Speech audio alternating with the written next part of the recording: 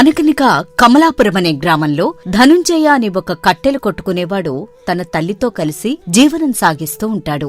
అడవిలో కట్టెల కోసం చాలా దూరం ప్రయాణం చేసి కట్టెలు కొట్టి చుట్టుపక్కల ఉన్న గ్రామాల్లో కట్టెలు విక్రయించేవాడు. ఒకరోజు ధనుంజయ ఎండిన చెట్ల కోసం అడవిలోకి వెళుతూ ఉంటాడు. మనసులో ఇలా అనుకుంటాడు, తీరా కట్టెలు తీసుకొచ్చిన తర్వాత గ్రామస్తులు కొంటారో లేదో తెలియటం లేదు. కొన్నవారు గిట్టుబాటు ధర చెల్లించటం లేదు. పోనీ వ్యవసాయం చేసుకుని బ్రతుకుదామంటే కుంట పొలం కూడా లేదు. దేవుడా, ఎన్నాళ్ళీ పేదరికంలో బ్రతకాలి. అలా ఉండగా ఒక స్వామి కొంత దూరంలో చెట్టు కింద కూర్చుని ఉంటాడు. అమ్మా అంటూ మూలుగుతూ ఉంటాడు. అక్కడెవరు మూలుగుతున్నారు? పాపం ఏదో బాధలో ఉన్నట్టున్నారు అని అనుకుంటూ నడుచుకుంటూ ఆ స్వామీజీ దగ్గరికి వెళతాడు. అయ్యో స్వామీ, మీకేమైంది? బాగా నీరసించి ఉన్నారు. నేను ఉత్తర దిక్కున ఉన్న శైవక్షేత్రానికి వెళుతున్నాను నాయనా. చాలా దూరం ప్రయాణం చేసి వచ్చాను. తెచ్చుకున్న ఆహారం అయిపోయింది. చెట్ల మీద ఉన్న ఫలాలు కోసుకుని తిందామంటే నాకా ఓపిక లేదు. కనీసం నీళ్ళిచ్చేవారు కూడా లేదు. ఈ బాటలో ఎవ్వరూ రావటం లేదు నాయనా. స్వామీ, మీరు ఇక బాధపడవలసిన అవసరం లేదు. ఇదిగోండి, ఈ నీళ్లు తాగండి. ఇంకా నేను తెచ్చుకున్న ఆహారం కూడా ఉంది. అది మీరు స్వీకరించండి. ఇంకా మీ ప్రయాణంలో ఎటువంటి ఇబ్బందులు లేకుండా పళ్ళు ఫలాలు ఈ చెట్ల నుండి నేను కోసిస్తాను. మీకు ఆహారం లేక నీరసించిపోయారు. ముందు కాస్త నీళ్లు తాగి ఆహారం తినండి. ఆ మహాదేవుడే నిన్ను పంపినట్టున్నాడు నాయనా. అలా ఆ సాధువు ధనుంజయ ఇచ్చిన ఆహారం తిని కాస్త నీళ్లు తాగి శక్తిని కూడగట్టుకుంటాడు. స్వామి, మీ ఆకలి తీరిందా? కాస్త విశ్రాంతి తీసుకోండి. కొంత శక్తి పుంజుకున్న తర్వాత శైవక్షేత్రానికి బయలుదేరి వెళ్దురుగాని. నాయనా, నువ్వు చాలా మంచివాడివి. నీలో లక్ష్మీ కళ ఉట్టిపడుతోందయ్యా. నాలో లక్ష్మీ కళ కనపడుతుందా? ఊరుకోండి స్వామి, రెక్కాడితే కాని డొక్కాడని బ్రతుకులు మావి. నేను చెప్పింది పొల్లుపోకుండా జరుగుతుంది. నువ్వు త్వరలోనే ఈ రాజ్యంలోనే పెద్ద ధనవంతుడివి కావడం ఖాయం. ఈ అడవంతా కొట్టి కట్టెలమ్మినా ఈ రాజ్యంలో ధనవంతుణ్ణి కాలేని స్వామి. సరేలేండి, నేను భోజనం పెట్టానని 4 మంచి మాటలు చెప్తున్నారు. నేను చెప్పింది జరుగుతుందని అన్నానుగా. నువ్వు తప్పక ధనవంతుడివవుతావు. కాని అందుకు నువ్వు కొన్ని ప్రమాదాలు ఎదుర్కొంటావు. చావుదాకా వెళ్తావు. కాని ఆ ప్రమాదాల నుండి బయటపడి నిధిని సొంతం చేసుకుంటావు. నిధా అంటే పెద్ద పెద్ద పెట్టెల్లో బంగారం ఉంటుందని మా అమ్మ నా చిన్నతనంలో చెప్పేది. అదేనా స్వామీ? అవును నాయనా, అటువంటి నిధే త్వరలోనే సొంతం కాబోతోంది. ఈ స్వామి నేనిచ్చిన ఆహారం నీళ్లు తాగి ఏదో నన్ను సంతృప్తిపరచడానికలా అంటున్నారు. సరేలేండి స్వామి, ఇదిగోండి, ఈ మూటలో కొన్ని ఫలాలున్నాయి. వాటిని మీరు ప్రయాణంలో స్వీకరించండి. ఇక నేను వెళ్ళొస్తాను. ధనప్రాప్తిరస్తు. అలా స్వామీజీ దగ్గర్నుండి బయల్దేరి అడవి లోపలికి వెళతాడు ధనుంజయ. కొంత సమయం కట్టెలు కొట్టిన తర్వాత అలసిపోయి చెట్టు కింద కూర్చుంటాడు. ఇంతలో అక్కడికి ఒక ముసలి వ్యక్తి నడుస్తూ వస్తాడు. ఏం బాబూ, కట్టెలు కొట్టి అలసిపోయినట్టున్నావు? అవును తాత, బాగా అలసిపోయాను. కొంత విశ్రాంతి తీసుకుందామని కూర్చున్నాను. ఇంకా ఎన్నాళ్ళిలా కట్టెలు కొడతావయ్యా? మంచి బలంగా ఉన్నావు. నేనొక పని చెబుతాను, చేస్తావా? నీకు బోలెడంత డబ్బు బంగారం ఇస్తాను. డబ్బు బంగారం ఇస్తారా? ఏం పనది? ఇంతకీ మీరెవరు? నేను ఒక శాపగ్రస్త రాజును బాబు. నన్ను ఒక మాంత్రికుడు శపించాడు. ఎంతో ఆరోగ్యంగా యువకుడిగా ఉన్న నన్ను ఆ మాంత్రికుడిలా మార్చేశాడు. ఏంటి, ఈ రోజందరూ నాకు కాకమ్మ కబుర్లు చెప్పేవాళ్లే కనపడుతున్నారు. ఉదయమేమో ఆ స్వామి నాకు నిధి దొరుకుతుందని చెప్పాడు. ఇప్పుడు ఈ ముసలాయన తాను రాజునని ఎవరో మాంత్రికుడు శపించాడని చెబుతున్నాడు. ఎవరి ముఖం చూసొచ్చాను. బాగుంది తాత కథ. తర్వాతేం జరిగిందో చెప్పు. ఇలాంటి కథలే మా అమ్మ కూడా చెప్తూ ఉండేది. నేను చెప్పేది కథ కాదు బాబూ, నిజమే. నా పేరు మాధవవర్మ. నేను కోసల దేశ రాజుని. ఒకరోజు వేటకనొచ్చి దారి తప్పి ఇక్కడ ఉన్న పాడుపడిన కోటలోకి దాహం తీర్చుకుందామని వచ్చాను. అక్కడున్న మాంత్రికుడు నన్ను బంధించి ఇలా ముసలివాడిగా మార్చేశాడు. అంతేకాకుండా నేను ఈ ప్రదేశం దాటి వెళ్లకుండా ఉండేలా శాపం ఇచ్చాడు. ఈ ప్రదేశం దాటి వెళ్లిన వెంటనే నేను చనిపోతాను. అందుకే నేను ఇక్కడే ఉండిపోయాను. నువ్వు ఇక్కడి వరకు వచ్చి ఆ మాంత్రికుడి కంట పడకుండా ఉన్నావంటే నిన్నేదో దైవశక్తి కాపాడుతోంది. మీరు చెప్పేది సత్యదూరంగా ఉంది. చూడండి, నన్ను వదిలేయండి. నాకు చాలా పని ఉంది. ఈ కట్టెలు తీసుకెళ్లి గ్రామస్తులకు అమ్మితే కాని నా ఇంట్లో నా తల్లికి నాకు భోజనం ఉండదు. నీ పేదరికం తొలగిపోయే మార్గం నేను చెబుతాను. నన్ను నమ్మి నాతో రాబాబూ. అలా మాధవవర్మ ధనుంజయుని తీసుకుని ఒక్క పాడుపడిన కోట దగ్గరకు వెళతాడు. అదిగో చూడు, అదే ఆ మాంత్రికుడి స్థావరం. ఆ మంత్రగాడి వల్లే నేనిలా అయ్యాను. ఇదిగో ఈ గొంగళి తీసుకుని కప్పుకో. ఇది కప్పుకుని నువ్వు ఆ కోటలోకి వెళ్ళిరా. ఆ మాంత్రికుడి కంట కనపడవు.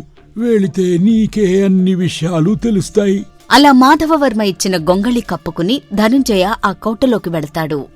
ఏంటిది? ఇంత భయంకరంగా ఉంది ఈ కోట. ఆ ముసలివాడు చెప్పింది నిజమేలా కనపడుతోంది. మాంత్రికుడే అనుకుంటాను. వీడు నన్ను గమనిస్తే నన్ను కూడా ముసలివాడిగా మార్చి ఇక్కడే బంధించే అవకాశముంది. వెంటనే ఇక్కడి నుంచి వెళ్ళిపోవాలి. అలా ధనుంజయ అక్కడ్నుండి బయటకు వచ్చి మాధవవర్మ దగ్గరకు వెళతాడు. ఇప్పుడన్నా నన్ను నమ్ముతావా? నేను చెప్పింది నిజమని. వాడు వట్టి మాంత్రికుడు కాదు. ఈ భూమి మీద ఉన్న రాజ్యాలన్నీ తన సొంతం చేసుకుని ఈ భూమి మీద తాను మాత్రమే రాజుగా ఉండాలని చూస్తున్నాడు.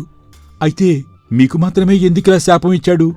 అనుకోకుండా ఇక్కడికి వచ్చిన నాకు అతను చేస్తున్న క్షుద్ర పూజల గురించి తెలిసింది. నేను బయటకెళ్ళి ఎవరికైనా చెప్తే తన లక్ష్యం భగ్నమవుతుందని నాకు ఈ శాపం ఇచ్చాడు. అయితే దీనికి పరిష్కారం లేదా? ఉంది, కాని అది ఒక దైవ బలం ఉన్న యువకుడి వల్లే అవుతుంది. ఆ యువకుడు మరెవరో కాదు నాయనా, నువ్వే ధనుంజయ. నేనా? నాకు దైవబలం ఉందని ఎలా చెప్తున్నారు? నువ్వు ఇక్కడికి వచ్చినా ఆ మాంత్రికుడు నిన్ను గుర్తించలేదంటే నీకు దైవబలం ఉన్నట్టేగా. సరే సరే, నన్నిప్పుడేం చేయమంటారు చెప్పండి. చూడు నాయనా, ఇక్కడికి 10 కోసుల దూరంలో ఉన్న గరుడ పుట్ట మీద ఉన్న ఒక గుహలో పచ్చని రాయి ఉంటుంది. అది చాలా శక్తివంతమైంది. మాంత్రికుడు తన శక్తినంతా ఆ రాయిలోనే నిక్షిప్తం చేసి ఉంచాడు. ఆ రాయిని గనుక నాశనం చేస్తే ఈ మాంత్రికుడి శక్తి అంతా నశిస్తుంది. ఇక వాడు సామాన్య వ్యక్తితో సమానం. అయితే నేను ఆ రాయిని నాశనం చేస్తాను. గరుడగుట్టకి ఎలా వెళ్ళాలి మరి? అదంత సులువు కాదు బాబూ. వెళ్లే దారిలో అనేక అవాంతరాలు ఎదురవుతాయి. వాటిని దాటుకుంటూ వెళ్ళాలి. ఆ ప్రయాణంలో నీ ప్రాణాలు పోయే అవకాశం కూడా ఉంటుంది. ఒకవేళ నువ్వు ఆ రాయిని సాధించగలిగితే నువ్వు ఊహించలేనంత బంగారం నీకు బహుమతిగా ఇస్తాను. అందుకు నీకిష్టమేనా? ఈ పేదరికంలో ఇక్కడ బ్రతికే కన్నా అటువంటి సాహసం చేసి ప్రాణాలు పోయినా పర్వాలేదు. కాకపోతే నేను లేకుంటే నా తల్లిని ఎవరు చూస్తారు? నేను తిరిగి రాకపోతే కష్టం కదా. నీకా చింత అవసరం లేదు నాయనా. అదిగో అక్కడ ఒక వేప చెట్టు ఉంది. అందులో 100 బంగారు నాణాలున్నాయి. అవి నీ ప్రయాణానికి, నువ్వు తిరిగి వచ్చే వరకు నీ తల్లి పోషణకు సరిపోతాయి. నువ్వు గరుడగుట్టకు వెళ్లాలని నిశ్చయించుకుంటే ఆ ధనాన్ని నువ్వు తీసుకోవచ్చు. ఇక నాకు భయం లేదు. ఆ డబ్బును తీసుకుని నా తల్లికి సకల సదుపాయాలు కల్పించి కొంత డబ్బు ఇచ్చి వస్తాను. నేను గరుడగుట్టకు వెళ్లడం ఖాయం. శభాష్ యువకుడా, శభాష్. నువ్వు సాధించగలవన్న నమ్మకం నాకుంది. ధైర్యంగా వెళ్ళు. భగవంతుని రక్షణ నీకెప్పుడూ ఉంటుంది. నువ్వు తూర్పు దిక్కుకు ప్రయాణం చేసిన తరువాత ఒక అడవి మార్గం వస్తుంది. అక్కడ్నుండి దక్షిణ దిక్కుకు వెళితే 3 కోసుల దూరం తరువాత నువ్వు గరుడగుట్టకు చేరుకోగలుగుతావు. ఒక మంచి గుర్రాన్ని ఖరీదు చేసి తీసుకువెళ్ళు. అది నీ ప్రయాణంలో నీకు ఎంతగానో ఉపయోగపడుతుంది. అలా మాధవవర్మ వద్ద సెలవు తీసుకుని ఇంటికి చేరుకుని తల్లికి కావలసిన అన్ని సదుపాయాలు కల్పించి కొంత ధనం తల్లికిచ్చి గరుడగుట్టకు బయలుదేరి వెళతాడు ధనుంజయ. ముందుగా గుర్రాన్ని కొనుగోలు చేయటానికి వెళతాడు. నాకు ఒక మంచి గుర్రం కావాలి. అదిగో ఆ తెల్ల గుర్రం అదుంది కదా, అది కావాలి. ఎంత దాని ఖరీదు? అరే ధనుంజయ, నువ్వా? నేను రాఘవన్రా. ఏం చేస్తున్నావురా? రాఘవా, నువ్వా? నిన్ను చూసి చాలా కాలమైంది కదా, గుర్తించలేదు. ఏమీ అనుకోకు. దాందే ఉందిలే. నీ గుర్రం ఎందుకురా? ఏమైనా రాజకార్యం మీద వెళ్తున్నావా ఏటి? రాజకార్యమంటే రాజుగారి పని మీదే వెళ్తున్నాను. కానీ అదంతా నీకు చెప్పిన అర్థం కాదులే. శాపమంట, మాంత్రికుడంట, గరుడ గుట్టంట చాలా కథ ఉంది. ముందు నాకు మంచి గుర్రం ఇవ్వు. శాపమా? గరుడు గుట్టగా? అమ్మో, అది చాలా భయంకరమైన కొండరా బాబు. అక్కడికి వెళ్ళినాళ్ళు తిరిగొచ్చింది లేదు. ఆ గరుడు గుట్ట గురించి నేను చాలా కథలు విన్నాను. అయితే నీకు గరుడ గుట్టకు ఎలా వెళ్ళాలో తెలుసా? తెలుసు, కాని నేనెప్పుడూ వెళ్ళింది లేదు. అయితే నువ్వు కూడా నాతో రారా, నాకు తోడుగా ఉన్నట్టుంటుంది. ఒకవేళ నేను వెళ్ళిన పని విజయవంతమైతే నాకు బోల్డంత డబ్బు వస్తుంది. అందులో నీక్కూడా వాటా ఇస్తాను. అమ్మో, డబ్బు సంగతటుంచు. అది ఒక భయంకరమైన ప్రయాణం. దాంట్లో ఎన్నో అడ్డంకులున్నాయి. ప్రాణాలతో తిరిగొస్తామో లేదో కూడా చెప్పలేనురా బాబు. ధైర్యే సాహసే లక్ష్మి అన్నారు. ధైర్యం చేస్తేనే కదరా లక్ష్మి వరించేది. ఇదిగో చూడు, నా దగ్గర ఎంత డబ్బుందో. దీన్నిండా బంగారు కాసులున్నాయి. మనం పని పూర్తి చేస్తే ఇంతకు 1000 మనకు డబ్బు ముడుతుంది. నీ ప్రాణానికి నా ప్రాణం అడ్డు వేస్తాను. అలా రాఘవను ఒప్పించి తనతో పాటు తీసుకువెళ్తాడు ధనుంజయ. ఇద్దరూ గుర్రం మీద వెళుతూ ఉంటారు. ఇదిగో ఇటుగా వెళ్ళాలరా బాబు. కాని ఇక్కడేటి ఇంత పెద్ద కొండుంది? నాకు తెలిసి ఇక్కడ కొండ ఉండదే. ఈ కొండ మీదకి కుర్రాలతో వెళ్ళడం కష్టమేమో. అదిగో అటు చూడు, అక్కడ ఒక గుహ కనపడుతుంది. పద, అక్కడికి వెళ్ళి కాస్త విశ్రాంతి తీసుకుని దీని గురించి అప్పుడు ఆలోచిద్దాం. ఇద్దరూ గుహ వద్దకు గుర్రాల మీద వెళ్తారు. ఈ గుహ ఏంట్రా ఇంత పెద్దగా ఉంది? ఒక్కసారిగా వాళ్ల మీదకి గబ్బిలాలు గుంపుగా వస్తాయి. అబ్బా, ఏంటి ఇన్ని గబ్బిలాలున్నాయి? అరే, నాకెందుకో భయం వేస్తుందిరా. తిరిగెళ్ళిపోదాం పదా. తిరిగి వెళ్లడమనే మాట మర్చిపో. ఏది ఏమైనా మన ప్రయాణం కొనసాగించక తప్పదు. చూడు, అక్కడ్నుండి వెళ్తురుస్తుంది. అంటే అక్కడ్నుండి ఏదో దారి ఉండి ఉంటుంది. పద, అటు వెళ్దాం. అలా వారు ఒక రాయి వద్దకు వెళ్లి రాయిని తొలగిస్తారు. వారికి ఒక దారి కనపడుతుంది. చూశావా, కొండ అడ్డుగా ఉన్నా కొంత ప్రయాణం చేస్తే మనకు దారి దొరికింది. ఆగాగు, నాకెందుకో అనుమానంగా ఉంది. ఈ దారిలో ఏదో తెరకాసుంది. చూడు, చిన్న చిన్న రాళ్లున్నాయి. ఒక్క క్షణం ఆగు అంటూ గుర్రం మీద ఉన్న జీను అటువైపుగా విసురుతాడు. విసిరిన వెంటనే అటుగా బాణాలు వచ్చి ఆ జీనుకు తగులుతాయి. చూసావా బాణాలు ఎలా వస్తున్నాయో? మనం గనక ఒక అడుగు ముందుకేసుంటే బాణాలొచ్చి తగిలి మన ప్రాణాలు గాల్లో కలిసిపోయారా బాబు. అయితే మనమిక ప్రయాణం కొనసాగించలేమంటావా? చూడు, దారి మధ్యలో కొన్ని రాళ్లున్నాయి. వాటి మీద అడుగులు వేసుకుంటూ వెళ్లాలేమో. అవునరా, నువ్వన్నది నిజమే. ఇక మనం గుర్రాలను ఇక్కడ వదిలి వెళ్ళక తప్పదు. అలా వాళ్లు జాగ్రత్తగా ఆ రాళ్లను దాటుకుంటూ ముందుకు వెళ్తారు. అలా కొంత దూరం ప్రయాణం చేసిన తర్వాత రాఘవ, అమ్మయ్యా, ఓ గండం గడిచింది. ఇంకా ఇలాంటివి ఎన్నున్నాయో ఏంటో. ప్రయాణం చేసి బాగా అలసిపోయాన్రా. బాగా ఆకలిస్తుంది. చెట్లకున్న ఫలాలు కోసుకుని తిందాం. అదిగో ఆ చెట్టుకు చాలా పళ్ళున్నాయి. అలా వాళ్లు చెట్టు మీద ఉన్న పళ్ళు కోసుకుని తిందామని ప్రయత్నిస్తూ ఉండగా ఒక గ్రద్ద వచ్చి ధనుంజయ్ నోటి దగ్గర ఉన్న పండును తోసేస్తుంది. అది చూసి ఆశ్చర్యపోతారు. ఇంతలో ఆ గ్రద్ద గంభీరంగా ఇలా అంటుంది. అవి విషపూరితమైన పళ్ళు. వాటిని తింటే మీ ప్రాణాలు పోతాయి. ఇదేంటి గ్రద్ద మాట్లాడుతుంది? ఏయ్, ఎవరు నువ్వు? మానవుల్లా ఇలా మాట్లాడుతున్నావు? నేను ఒక శాపగ్రస్తుణ్ణి. ఆ రాజును శపించినట్టే నన్ను కూడా ఆ మాంత్రికుడు ఇలా మార్చేశాడు. మీకు కావలసిన ఫలాలు నేనిస్తాను. అదిగో ఆ చెట్టు కింద కొన్ని ఫలాలున్నాయి. వాటిని తినండి. అలా వారు గ్రద్ద ఇచ్చిన ఫలాలు తింటారు. అయితే మీకు గరుడగుట్ట గురించి తెలుసా? తెలుసు. మీరు ప్రమాదకరమైన పని మీద వెళుతున్నారు. కాని ఈపాటికే ఆ మాంత్రికుడికి మీ గురించి తెలిసి ఉండాలి. ఇక్కడి వరకు మీరు రాగలిగారంటే దైవశక్తి సహాయం చేస్తున్నట్టుంది. అంతా పరమేశ్వరుని దయ. గరుడగుట్టకు చేరుకోవటానికి మాకు సాయం చేస్తారా మీరు? నేను ఈ ప్రదేశం దాటి ముందుకు రాలేను. నన్ను ఈ ప్రదేశంలో బందీగా ఉంచాడా మాంత్రికుడు. నేను మీకు ఆహారం మాత్రమే అందించగలను. ఆహారమిచ్చినందుకు మీకు ధన్యవాదాలు. ఇక మేం బయలుదేరతాం.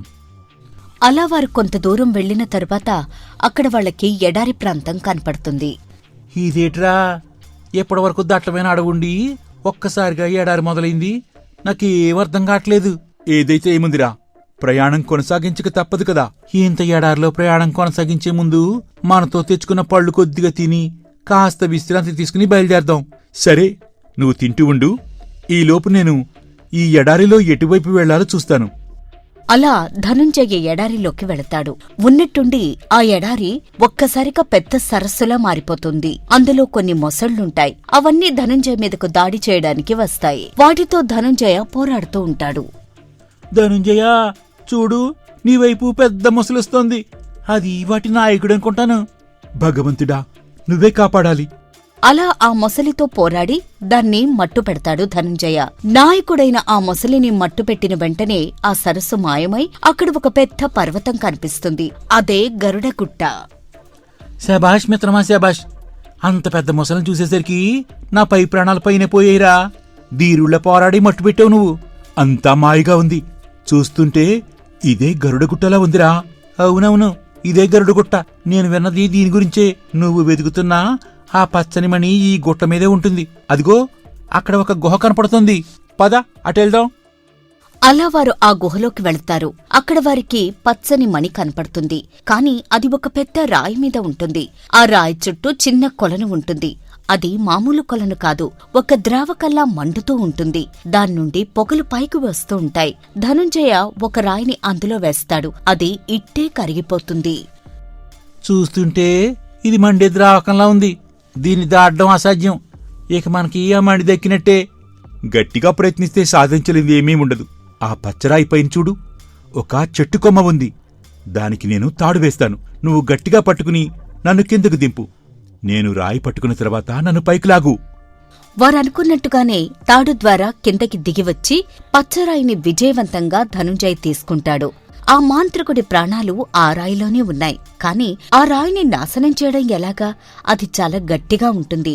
ఏ విధంగానూ పగిలేటట్టు కనిపించదు. దీనికి ఒక్కటే మార్గం. ఈ రాయిని ఈ మండుతున్న ద్రావకంలో వేస్తే ఆ వేడికి కరిగిపోతుంది. అలా వాళ్లు ఆ పచ్చరాయిని మండుతున్న ద్రవకంలో వేసి నాశనం చేస్తారు. అంతటితో మాంత్రికుడు తన ప్రాణాలు విడుస్తాడు. మాంత్రికుడి వల్ల శాపగ్రస్తులైన చాలా మంది శాప విమోచనం పొందుతారు. అలాగే ఆ రాజు కూడా శాపం నుండి విముక్తి పొందుతాడు. శభాష్ ధనుంజయ, శభాష్.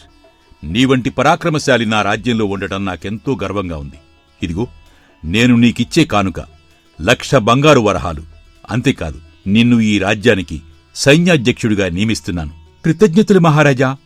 కాని ఇందులో నేను సగభాగం నాకు సహాయం చేసిన నా స్నేహితుడు రాఘవకు ఇవ్వదల్చాను. అలా ధనుంజయుడు ఒక సాహసం చేసి తన పేదరికం నుండి బయటపడి తన తల్లితో కలిసి ఎంతో సుఖంగా జీవనం సాగిస్తాడు.